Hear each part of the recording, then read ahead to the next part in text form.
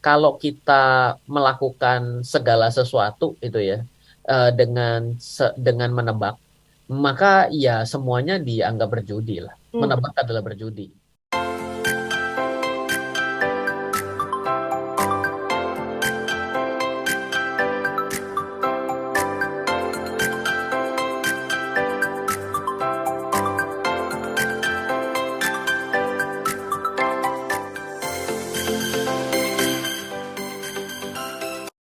Selamat sore, Mbak Tasya. Selamat sore kepada seluruh smart listener dimanapun Anda berada. Yes, gimana kabarnya? Baik sekali, sekarang on air-nya dari Jambi. Mantap. Biasanya kita ketemunya di mobil kan, lagi Iya kan, di perjalanan gitu ya, kan, sambil pegang handphone. ya, iya. Dengan sinyal setengah susah. Yes. Oke, Sekarang siap. udah proper nih berarti kan dari Oke, Jambi. Oke, berarti siap ya untuk siap. menginspirasi Indonesia seputar dunia saham. Siap, selalu siap. Oke, tapi sebelum kita sampai di market cap, Mas Ryan, karena saya juga mau tahu nih sebenarnya apa sih gitu kan market cap. Tapi saya mau tanya, kenapa sih kita harus tahu dan juga paham seputar istilah-istilah di dunia investasi? Karena kalau kita lihat banyak banget nih istilah-istilahnya yang mungkin untuk orang awam kayaknya gatel banget gitu, Inggris banget karena kan. Nah, Mas Ryan, silahkan dijabarkan.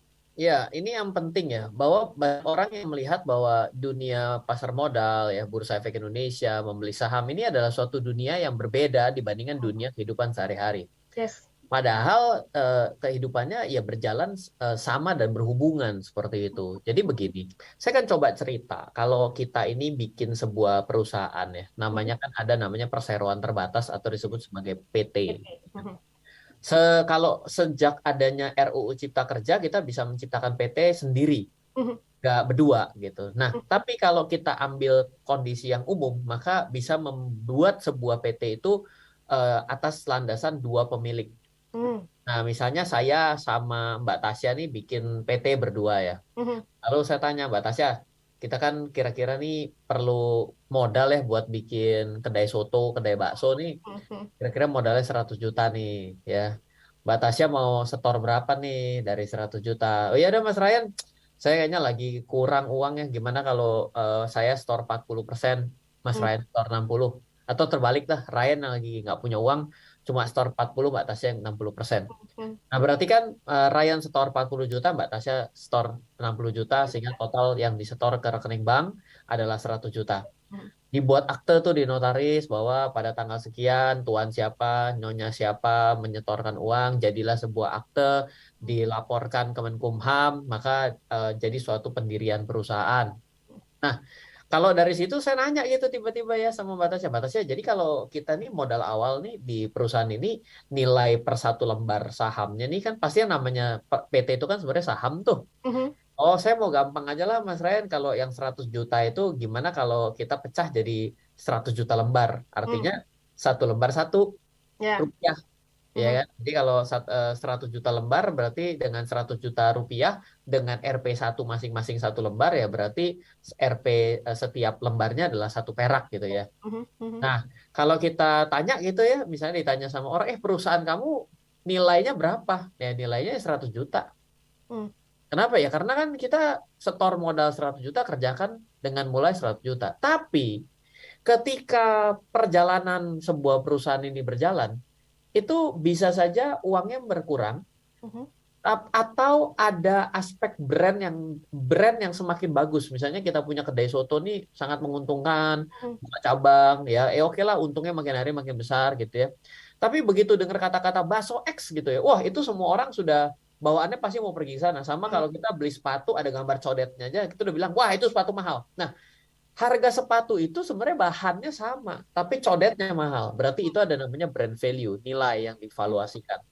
Sehingga ketika kita hitung ulang menjadi dasar daripada perusahaan, kita tidak bisa lagi sebut dengan 100 juta. Bergeser tuh kemana-mana tuh. Nah, ketika perusahaan itu pergi ke bursa, maka nilai daripada brand dan segala-galanya diperhitungkan. Dan dijuallah sahamnya ke publik.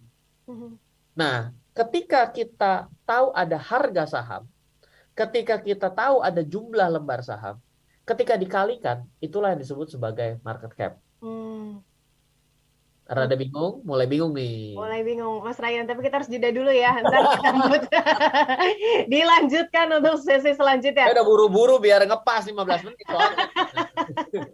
Ngepasin waktu. Tapi Mas Ryan, kita harus jeda dulu nih sebelum smart listeners bingung gitu kan. Saya juga mulai bingung nih. Nah, tapi mungkin nanti bisa dijelaskan ulang gitu. Market cap ini tadi kan secara simpel gitu kan. Berarti kan di dalam bursa, di dalam ketika perusahaan itu masukkan atau IPO gitu kan, berarti ini semuanya kan dihitung. Nah, nilai-nilai ini juga berarti nilai market cap itu adalah nilai perusahaan itu, begitu ya Mas Ryan ya? Nilai perusahaan itu adalah di harga saham dikalikan dengan jumlah total lembar saham. Lembar saham. Oke, kita kunci di situ dulu. Istilah market cap gitu. Nah, istilah-istilah saham juga walaupun banyak, tapi market cap adalah salah satu yang patut Anda ketahui karena ini merupakan sebuah hal yang penting ya, dan juga bisa, menurut yang saya baca gitu, bisa memutuskan apakah Anda akan membeli atau tidak membeli, begitu ya Mas Ryan. Baiknya tidak membeli atau membeli perusahaan ini. Di sesi sebelumnya, Smart Listeners, Mas Ryan ini mengatakan bahwa untuk menghitung market cap itu adalah harga pasar dikalikan dengan jumlah saham yang beredar, begitu ya Mas Ryan ya? Ya, kalau saya mau coba menghubungkan tadi karena kita agak sedikit terburu-buru dengan adanya break. Saya mau coba menghubungkan bahwa kalau kita di dalam membuat perusahaan yang sifatnya adalah PT, lalu kita aktekan dan kita modali setor, maka ya secara tidak langsung namanya market cap itu adalah jumlah harga per lembar saham yang kita sepakati dikalikan dengan jumlah seluruh lembar saham yang ada. Tadi saya buka PT bersama Mbak Tasya, 1 juta, ada 100 juta lembar, masing-masing Rp1. Harga Rp1-nya itu tidak bergerak harganya kan, karena memang itu sudah diaktekan gitu. Nah, tapi ketika kita pergi ke bursa, harga saham itu yang Rp1 itu kan bisa bergerak ya, naik dan turun ya. Karena begitu banyak yang berminat, karena kinerja perusahaan itu bagus, lalu melihat bahwa ternyata perusahaan ini punya merek-merek dagang yang sangat bernilai mahal ya. Lalu ada misalnya sebuah tambang yang ternyata di dalam perhitungannya di dalamnya begitu besar, potensinya yang tidak terhitung, yang agak miss dibaca pasar, maka harga Rp1 itu bisa saja dihargai Rp5, benar nggak? Berarti ketika harga menjadi Rp5, maka beda dengan perusahaan tertutup PT yang saya buat itu akan selalu stay 1 perak dikali 100 juta lembar. Tapi ketika berubah menjadi Rp5 perak per lembar dikali 100 juta lembar, karena ada kenaikan dan penurunan harga saham yang bisa terjadi setiap detik dari jam 9 sampai jam penutupan bursa, maka harga Rp5 dikali 100 juta lembar akan mengubah nilai daripada perusahaan tersebut bukan lagi jadi 100 juta kan, tapi menjadi 500 juta rupiah kan. Nah, 500 juta rupiah itu di dalam bahasa kerennya menjadi nilai kapitalisasi dari perusahaan itu. Nilai, ingat ya, kita harus bisa melihat bahwa ini adalah nilai yang dianggap oleh pasar perusahaan itu harganya nilainya sekian gitu loh. Misal kita akan coba ambil studi ya dari kondisi penutupan Bursa Efek Indonesia per hari ini, maka ada 10 perusahaan dengan market cap terbesar di Indonesia, yaitu Bank Sentral Asia itu 1.043 triliun. Nah, 1.043 triliun dari mana nilai tersebut adalah jumlah lembar saham secara keseluruhan dari Bank BCA dikalikan dengan harga per lembarnya. Nah, di mana harga per lembar dari BCA itu sampai dengan penutupan hari ini adalah di level 8.550. Nah, jadi kalau kita nanti ditanya, berapa sih kalau saya ini sangat kaya, pengen membeli BCA secara 100%, ya kamu siapkan uang saja sebesar 1.043 triliun, maka 100% Bank BCA punyamu. Ya, dan itu akan beda loh Pak, kalau di akte kenapa jadi beda Pak? Iya, kita tidak bisa melihat, tidak beda perusahaan tertutup dan terbuka, bedanya di situ. Kalau tertutup ya sudah as is berdasarkan nilai ekuitas, ditambahkan dengan laba terus-menerus, labanya masuk, labanya ditahan, labanya dibagikan, berarti kan modalnya bertambah ya. Nah, ya sudah, ya senilai itu nilai kapitalisasi dari si PT tersebut. Tapi ketika ini menjadi TBK, maka nilai market cap itu, nilai kapitalisasi dari sebuah perusahaan itu bisa naik cepat, bisa turun cepat dalam 1 hari dong. Hmm. Bayangkan ya, kalau satu perusahaan itu nilai kapitalisasi pasarnya adalah 1 triliun. Mhm. Lalu dalam 1 hari turun 10%. Berarti kan perusahaan itu nilainya cuma tinggal 900 miliar dalam satu Yes. malam kan? Aha, aha. Iya, jadi kira-kira seperti itu. Oke, ini berarti faktor yang mempengaruhi banyak ya, Mas Ryan ya. Karena kan volatilitasnya cukup tinggi nih. Eh, Oke, menarik ini. Kita memisahkan dua aspek terlebih dahulu. Kalau kita semua kita campur sarikan, Mhm, semua bingung. mhm, mhm. Nah, yang kita mau lihat, kita bagi dua ya. Yang pertama, aspek yang menyebabkan harga itu bergerak itu ya cuma karena eh, demand and supply saja. Oke. Harga kan bergerak karena naik atau turun atau nggak gerak. Itu kan adalah demand and supply atau karena ketentuan nih. Kamu nggak boleh dagang ya, sudah nggak gerak, sudah pasti. Hmm, Suspend bursa. Tapi kalau nggak disuspend bursa ya berarti bisa naik dan turun. Kalau naik karena orang banyak yang mau membeli dengan harga lebih mahal, mhm, mhm, harga turun karena lebih banyak orang yang mau menjual dengan harga seadanya, mhm. seperti pasar ya harga akan bergerak turun. Jadi kalau dibilang sangat banyak aspek yang mempengaruhi, tidak juga.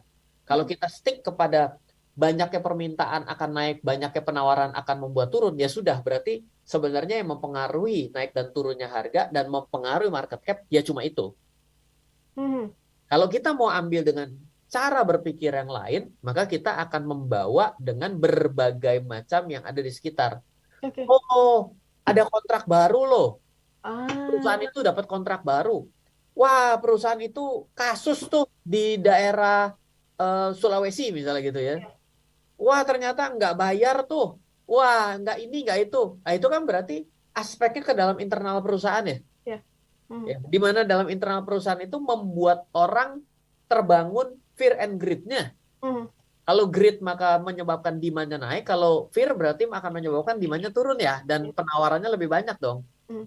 Jadi kita mau gesernya itu rasanya harus kita bagi dua dulu gitu. Karena kalau dibilang sangat banyak yang harus dibaca, nanti orang akan sesak napas nih. Waduh, kalau gitu susah juga ya investasi saham begini ya. Dibikin gampang bisa, dibikin susah juga bisa, tergantung siapa yang mau ngajarin aja gitu kan. Mhm. Iya. Dan sepertinya dengan perumpamaan perusahaan tadi juga ini mudah untuk dimengerti ya Mas Ryan ya. Oke, terus kalau misalnya kita udah tahu nih market cap dari sebuah perusahaan sekian, kita ambil contoh tadi BCA misalkan 1,43 triliun rupiah. Terus 1043. 1043 triliun rupiah. Ya. Eh, ini apa namanya kalau misalnya kita kan nggak mungkin misal untuk beberapa investor, oke, saya ini investor retail nih Mas Ryan, bukan punya uang segitu besarnya. Di mana saya bisa memanfaatkan itu semua? Oh iya, baik. Baik, saya ambil dari dua aspek ya. Yang pertama, ketika kita melihat 1043 triliun, ya kalau kita pengen punya 100% dari perusahaan BCA, ataupun Yes. dari imbang yang nomor dua adalah BRI, 680 triliun, Hmm? ya silakan siapkan 680 triliun dan BRI akan punyamu. Ya. Masalahnya apakah semua orang yang pegang saham BRI mau jual ke kita itu beda cerita tuh. Hmm. Ya dong. Nah, Yes. tapi kalau kita bilang begini, loh, Ryan kalau gitu apakah dengan perusahaan itu senilai 1043 triliun berarti saya nggak bisa membeli. Inilah yang membedakan saham dengan perusahaan biasa. Mhm. Kalau perusahaan yang TBK yang ada di Bursa Efek Indonesia, maka sekurang-kurangnya dengan kita memiliki uang 855 ribu rupiah, kita bisa membeli sebanyak satu lot Belum saham. satu saham. Mhm. Iya, jadi kalau dibilang, oh Ryan, kalau saya memiliki uang sebesar 855 ribu, saya bisa ikut menjadi bagian dari pemilik yang 1043 triliun tersebut. Betul. Yes. Mhm. Kalau saya mau beli Bank BRI, berarti dengan 680 triliun, kalau saya nggak punya 680 triliun, ya saya justru pengen tahu kalau Anda punya, tolong semoga punya anak laki ya. Jadi anak saya gitu ya. 680 triliun, maka saya nggak punya, saya punya cuma 453 ribu, apa yang terjadi? Bisa, itu dapat satu lot. Hmm. Lah, berapa persen tuh kepemilikan saya? Ya udah ikut hitung do the math lah dengan matematis ya, dengan 855 ribu per 1043 triliun dikali 100%, ya itulah kepemilikanmu dalam BCA tuh 0,000000000000, ah gitu tuh. Kecil sekali dong. Iya, lumayan daripada nggak punya mah. Hmm. Ya, jadi semangat dalam membeli saham kalau kita itu investor, maka memang yang namanya market cap itu mungkin pengaruh ya. Mhm. Dan kita jadi berhitung berapa persen sih kepemilikan kita di dalam perusahaan ini. Mhm. Dan yang saya akan coba lanjutkan dengan pernyataan yang selanjutnya adalah dampaknya apa dengan saya melihat 1043 triliun, apakah BCA bagus? Mhm. Apakah dengan 680 triliun adalah BRI bagus? Mhm. Apakah artinya kalau dia di dalam 10 besar yang ada di Indonesia, jadi kalau top 10-nya di Indonesia tuh ada BCA, BRI, Mandiri, Telkom, Astra, Bayan, Goto, TPIA, Mhm. Unilever, BBNI, apakah ini adalah semua perusahaan yang bagus?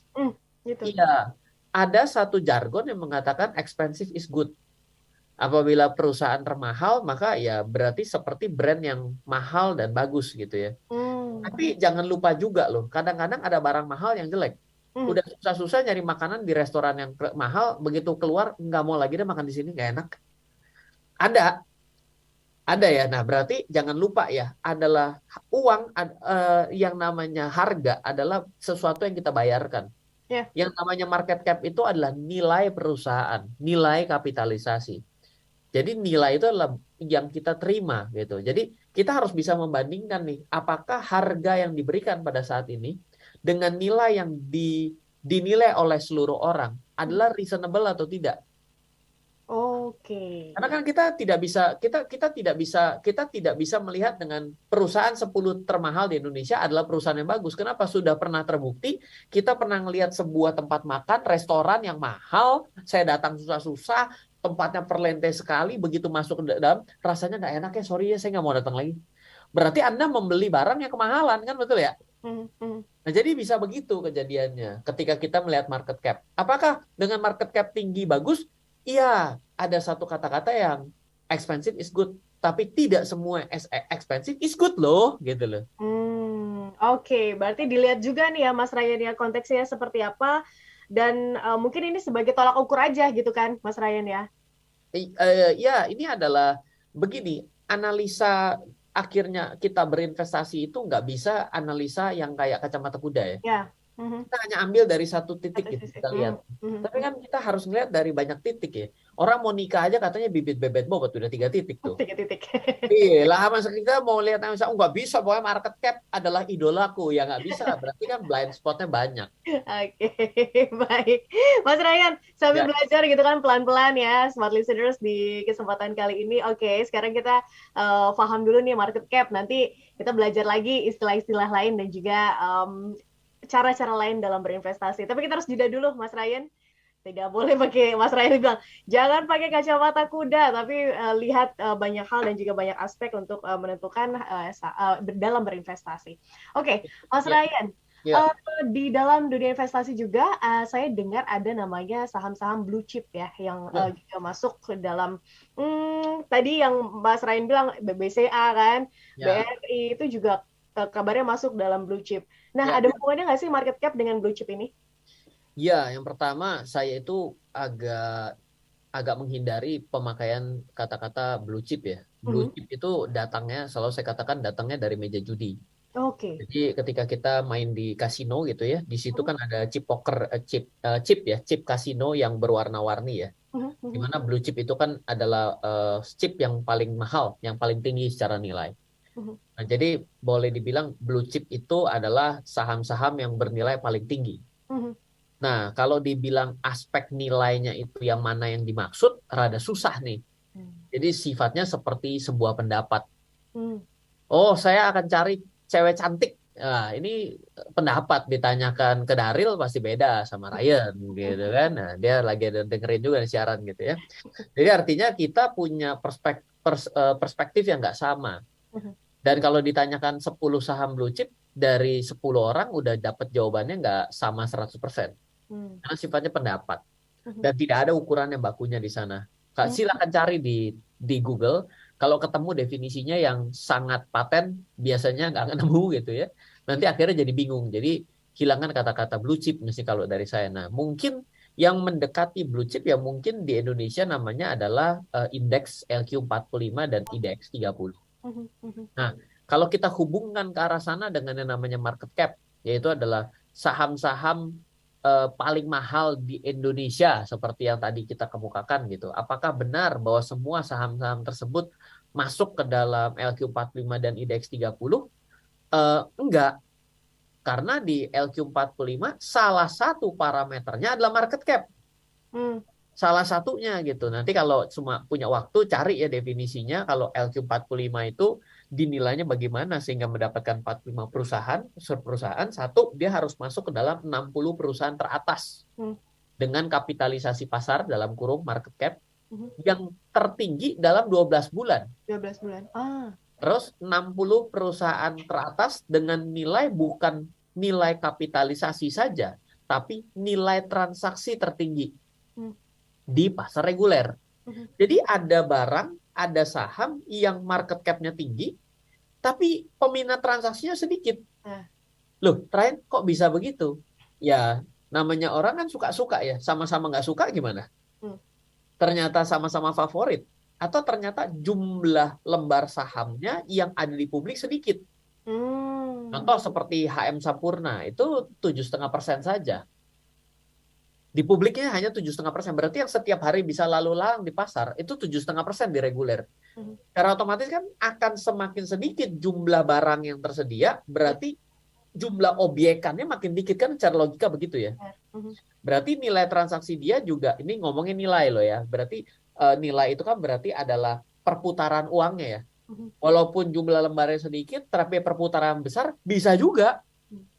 Gitu. Jadi ini udah dua kriteria gitu ya, yaitu dari nilai kapitalisasi, nilai transaksi. Belum lagi ada syarat lain, misalnya harus memiliki kondisi keuangan, prospek pertumbuhan dan nilai transaksi yang tinggi. Terus mengalami penambahan bobot free float menjadi 100% yang sebelumnya hanya 60%. Nah, ini beda nih. Free float itu artinya adalah semakin besar persentase di publiknya, maka saham tersebut makin punya kekuatan besar di bobot masuk ke LQ45. Oke. Oh, kalau nanyanya ruwet, dijawabnya ruwet, jadi bingung toh. FGN artinya adalah, yes betul, market cap adalah salah satu cara menilai yang ada di dalam LQ45. Dan kemungkinan kalau kita nyebut blue chip di Indonesia itu sebenarnya asosiasinya adalah barang-barang yang ada di LQ45 dan IDX 30. Sebenarnya bisa begitu kira-kira.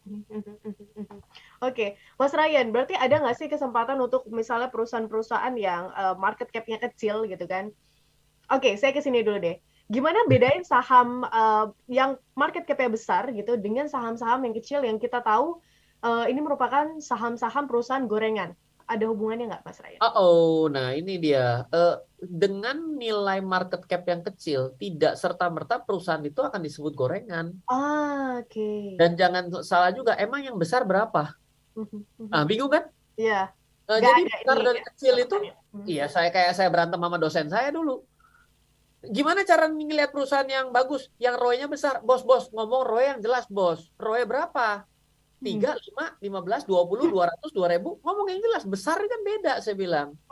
Nah jadi kita nggak bisa tuh dengan kita mengasosiasikan satu kata-kata bahwa market cap kecil gorengan. Woi, udah kecil, nggak tahu berapa yang dimaksud. Apakah dengan nilai kapitalisasi pasar, kalau saat ini nilai kapitalisasi pasar terendah itu adalah berapa nih? 4 miliar. Apakah artinya gorengan? Yang 4 miliar ini? Belum tentu ya. Belum tentu juga. Bisa jadi boro-boro goreng. Hidup pun kagak tuh barang. Hidup aja. Gimana mau digoreng? Kalau goreng itu mesti ajrut kayak kuda lumping kan? Iya, jadi nggak bisa diasosiasikan langsung ke sana. Kalau ditanyakan adalah, kalau gitu kenapa market cap-nya nggak naik-naik ya? Ya satu, harga sahamnya nggak naik-naik. Kenapa harga sahamnya nggak naik? Kinerja perusahaannya tidak bagus-bagus. Terus tidak populer-populer, kalah populer dengan saham yang lain. Saham yang lain lagi digoreng, jadi naik. Nah, jadi ke sana arahnya. Atau supply and demand-nya nggak ada ya, Mas Ryan? Ya, berarti kurang peminat kan? Iya, kurang peminat. Kenapa kurang peminat? Ya, habis barangnya kita juga nggak tahu. Kan begitu juga. Yes, oke. Jadi sudah bergabung Mas Ryan bersama dengan kami. Ada Bapak 08214812 sekian yang bertanya Mas Ryan, gimana kita bisa tahu berapa lembar saham yang sedang dipasarkan oleh perusahaan tersebut? Bisa pergi ke idx.co.id, lalu di sana lihat jumlah lembar saham keseluruhan, lalu lihat persentase publik. Nanti ada di ringkasan ya, di ringkasan perusahaan tuh nanti di sana ada.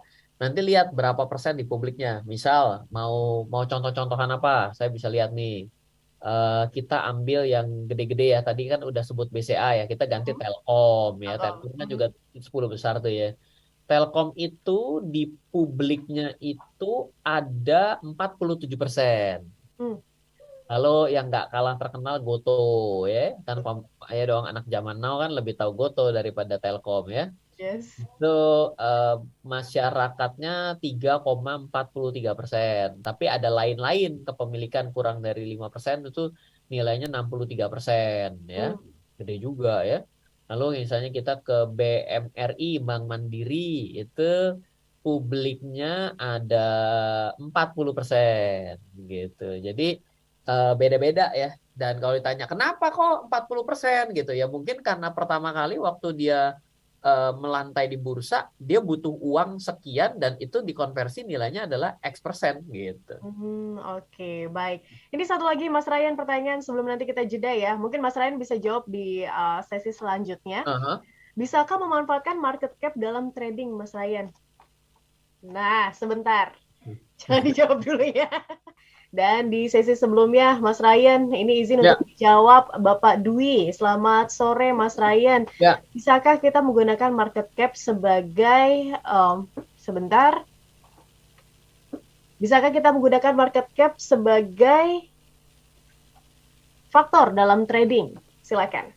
Ya, faktor untuk kita menentukan saham-saham yang dijadikan sebagai bucket list yang kita monitor gitu ya, dengan melihat secara market cap. Sebenarnya kalau kita sebagai seorang trader yang kita lihat itu adalah volatility, dan volatility itu artinya gerakan yang aktif dari sebuah saham ya.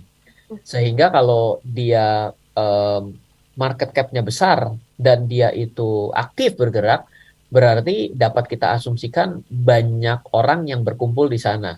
Semakin banyak orang berkumpul, maka akan semakin terjadi pasar persaingan sempurna, yang mana tidak ada sempurna-sempurna banget. Arahnya jadi ke sana. Tapi ya lebih dengan kata kunci dasarnya adalah melihat secara volatility. Karena kalau market cap besar tapi nggak gerak juga ada. Nah, kalau dibilang, Mas Ryan, kalau nanti market cap-nya kecil, volatility-nya akan besar. Nggak selalu juga tuh ternyata. Gitu. Tapi memang betul diakui semakin kecil sebuah market cap dan ketika dia bergerak dengan lincah maka rawan sekali untuk dikendalikan oleh beberapa orang untuk maksud dan tujuan tertentu yang mungkin dalam kehidupan sehari-hari disebut sebagai goreng gitu ya. Meskipun modeling dari cornering, transaksi semu, goreng-menggoreng itu kan sebenarnya sudah diawasi ya. Tapi dalam hidup ini kan yang namanya maling selalu berusaha untuk ngadalin polisinya gitu ya. Selalu berusaha lebih pintar ya. Polisinya harus lebih canggih lagi. Gitu. Baik. Ya itu jawabannya. Oke, kita ke Palembang, ada Bapak Jainur di sana. Selamat malam. Pak Ryan Filbert, saham dengan kapitalisasi berapa yang layak dianggap sebagai saham yang benar-benar chartnya bisa menggambarkan psikologi massa? Karena saham dengan kapital kecil biasanya mudah bergerak dengan keinginan hanya beberapa orang, bukan massa. Sehingga chartnya tidak menggambarkan crowd psychology. Silakan. Begini, ini pertanyaannya susah-susah gampang. Jadi yang akan saya coba highlight begini. Pertama, setuju dengan statement yang paling akhirnya dulu, bahwa market cap-nya kecil itu gampang dikendalikan oleh beberapa orang. Let's say begini, kita tadi lihat ada market cap kecil sekali di Indonesia, nilai market cap-nya let's say ada yang 9 miliar gitu ya. 9 miliar kalau ternyata 50% di publik, berarti 50% di perdagangan, itu 4,5 miliar. Berapa banyak orang di Indonesia yang punya uang 4,5 miliar? Belum lagi kalau dia punya fasilitas margin. Margin paling maknyos hari ini bisa 1:5 lah. Berarti sekarang punya duit 900 juta bisa ngegerakin pasar senilai 4,5 miliar. Baru satu orang. Berarti kan sangat rawan sekali bahwa ada majority di sini yang bisa melakukan sesuatu. Apalagi dia punya basis masanya gede di sosial media. Beli saham ini, wah keren. Nah, berarti dia lagi ada sponsor tertentu kan kayak gitu kan.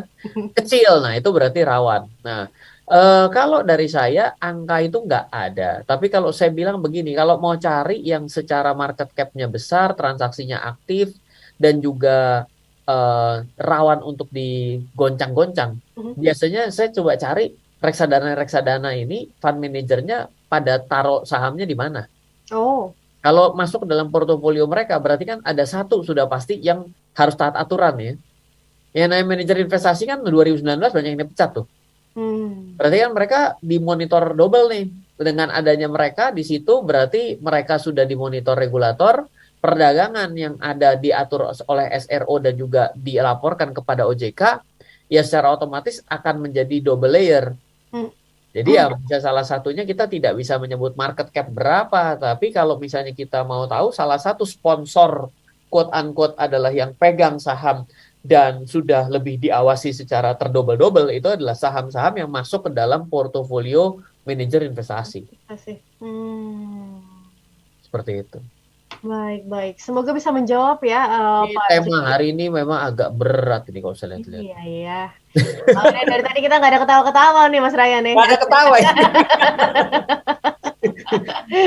Ketawanya miris aja, jadi gue ngerti apa nggak ngerti gitu kan ya. Tapi semoga smart listeners yang mendengarkan di kesempatan kali ini bisa mengerti dan juga memahami sebenarnya bagaimana pentingnya dari market cap ini ya, untuk salah satu faktor yang bisa Anda perhitungkan dalam melihat sebuah perusahaan di saham Anda.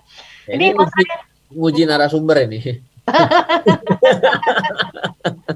Oke, ini ada dari 08777066 sekian. Wow, pertanyaannya. Tapi saya coba sampaikan ya Mas Ray. Juga kan? Iya kan? Dari susah. Ini ada YouTuber yang bilang trading itu judi, walaupun pakai TA, astrologi dan sebagainya. Bagaimana feedbacknya Mas Ryan? Silakan. Iya, ini menarik ya, bahwa judi itu ada dua kategori judi gitu ya. Yang pertama, kalau kita melakukan segala sesuatu itu ya dengan menebak, maka ya semuanya dianggap berjudi lah. Menebak adalah berjudi. Ya, jadi contoh begini. Saya tidak ngerti apa-apa, ya kan? Saya naruh 800 saham di layar, saya lempar pakai dart, ceplak, pokoknya yang kena langsung saya beli. Ya berarti saya sedang melakukan satu yang namanya tebak-tebakan. Gitu ya. Ketika kita melakukan analisa di sana, maka ya kita lebih mengedepankan analisa dengan reason tertentu, dengan dasar yang lebih ada perhitungannya. Ya itulah yang disebut lebih kepada analisa, bukan tebak-tebakan. When you are guessing, you are gambling. Tapi orang kalau bilang, ya kalau udah dianalisa susah-susah juga rugi, ya susah ya. Karena orang akhirnya jadi berpikir begini, pokoknya saya akan menganggap bahwa ini adalah analisa kalau untung. Kalau rugi ya berarti ini judi.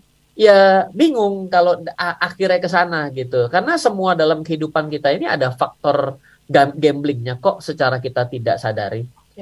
Ketika kita memilih jurusan kita dalam kita mau habis sekolah pergi ke kuliah, saya yakin ada sedikit rasa tebak-tebakan juga. Mulai dari jurusannya, mulai dari kampusnya gitu ya. Itu pasti memilih jurusannya, memilih mata kuliahnya, ada sedikit tebak-tebakan. Tapi ada yang lebih banyak tebaknya, ada yang lebih banyak mikirnya. Gitu. Dan dua-duanya sama aja. Ada yang masuknya tebak-tebakan judi-judian, dia jadi orang sukses. Ada yang udah pakai seluruh ilmu paling bagus, ya dia juga gagal gitu ya. Tinggal yang menjadi penting adalah keberhasilan memberikan jejak, di mana jejaknya bisa di copy paste oleh orang lain. Tapi tebak-tebakan tidak bisa sama sekali diajarin ke orang. Kenapa kamu milih? Feeling sih. Lo ajarin tuh feeling sampai botak. Betul ya? Nah, sekarang ada instrumennya yang lahir memang dari tebak-tebakan saja. Instrumennya disebut instrumen judi. Nah, contoh yang mana instrumen judi itu adalah namanya kayak kemarin yang lagi rame tuh. Ada afiliator binary option. Loh, kenapa kok itu judi? Karena apapun yang kita lakukan pada market binary option itu tidak mempengaruhi harga saham, tidak mempengaruhi harga kripto, tidak mempengaruhi harga emas dunia, tidak mempengaruhi harga komoditi yang ada. Jadi mirip seperti kita milih tim A atau tim B di dalam sepak bola yang menang. Emang kalau kita semua pilih tim A, maka tim A yang menang. nggak ada hubungannya. Iya. Emang kalau kita tebak corner kick-nya 10 kali, maka tuh corner kick akan menjadi mengarah ke arah 10 kali? Enggak. Karena apa? Karena memang yang dijadikan, sarana yang dijadikan tebak-tebakan itu tidak hubungan dengan hasil pertandingannya. Tapi ketika kita membeli saham, bila semua orang berpikir bahwa laporan keuangan yang dirilis oleh Alphabet Incorporation tadi malam bagus, harganya naik, turun tuh. Nah, Alphabet Incorporation turun diakibatkan karena laporan keuangannya yang jelek. Juga berlaku oleh Microsoft. Kenapa bisa turun? Karena ada analisa dan ada hubungannya orang memencet sell dengan harganya yang turun dan ada hubungannya dengan laporan keuangan. Nggak judi-judi amat kali. Loh Pak, tapi ada loh yang laporan keuangannya jelek naik, namanya anomali pasar. Memang agak sulit, tapi kalau lama-kelamaan banyakkan untungnya daripada ruginya sih. Ya, dan ilmu itu bisa diajarkan. Pak, ilmu gambling bisa tuh diajarin sama Stephen Chow. Susah dah. Ngomong gitu ya, lawannya God of Gambler, bos. Aduh, udah beda frekuensi ini. Beda. Mau belajar teori judi? Ayo. Aduh. Oke, Mas Ryan, saya ingin menyapa ini di YouTube channel kami sudah ada akun Arif Zidansyah dan juga Gold China. Ngerti kok, tapi saham lagi bikin males masuk katanya, Mas Ryan. Nah, dibikin tenang aja, dan justru hari ini tuh banyak saham-saham bagus yang turun loh harganya. Iya, setuju. Loh, saham-saham bagus yang kita kadang-kadang bilang, kok lu bisa turun sampai segitu ya? Turun terus ya, laporan keuangan lu baik-baik aja, dividen masih bayar, nih menarik nih. Bisa jadi momentum ya, Mas Ryan ya? Iya, bad news is a good news is a bad news, kan? Yes, oke. Sedikit Mas Ryan untuk penutup, silakan. Ya, terima kasih yang bertanya mengenai judi, itu menarik sekali ya. Memang kadang-kadang dalam satu kehidupan kita akhirnya bilang, gila udah susah-susah belajar, akhirnya kok sama yang nebak aja kalah ya. Ya, tapi ketika kita teruskan tebakannya, akhirnya kita tidak bisa mengulang polanya. Dan akhirnya kita menggunakan feeling secara terus-menerus. Dan asal hati-hati bahwa yang namanya tupai melompat suatu hari akan jatuh juga gitu. Jadi lebih baik kita memiliki suatu dasar ilmu daripada kita melakukan segala sesuatu tanpa pertimbangan apapun. Oke, baik. Terima kasih Mas Ryan insight-nya, dan terima kasih juga smart listeners yang sudah bergabung di kesempatan sore hari ini. Semoga bisa bermanfaat untuk Anda dimanapun berada. Halo, terima kasih sudah menyaksikan video di RF Channel on YouTube. RF Channel adalah channel edukasi untuk kita secara bersama-sama belajar dan mendapatkan aktualisasi mengenai investasi, keuangan, dan bisnis bersama saya, Ryan Filbert, dan tim. Add nomor WhatsApp saya di 0895 07 08 0789 0895 07 08 0789. Download aplikasi MyRF di Android atau iOS untuk mendapatkan artikel dan tema-tema khusus mengenai edukasi investasi, keuangan, dan bisnis pada aplikasi MyRF sekarang juga. Setiap bulan, saya bersama dengan tim memiliki kelas, mulai dari belajar trading dengan analisa teknikal, yang strateginya bisa Anda terapkan pada seluruh market, mulai dari saham, forex, hingga cryptocurrency, atau kelas investasi saham bernama Fundamental Camp.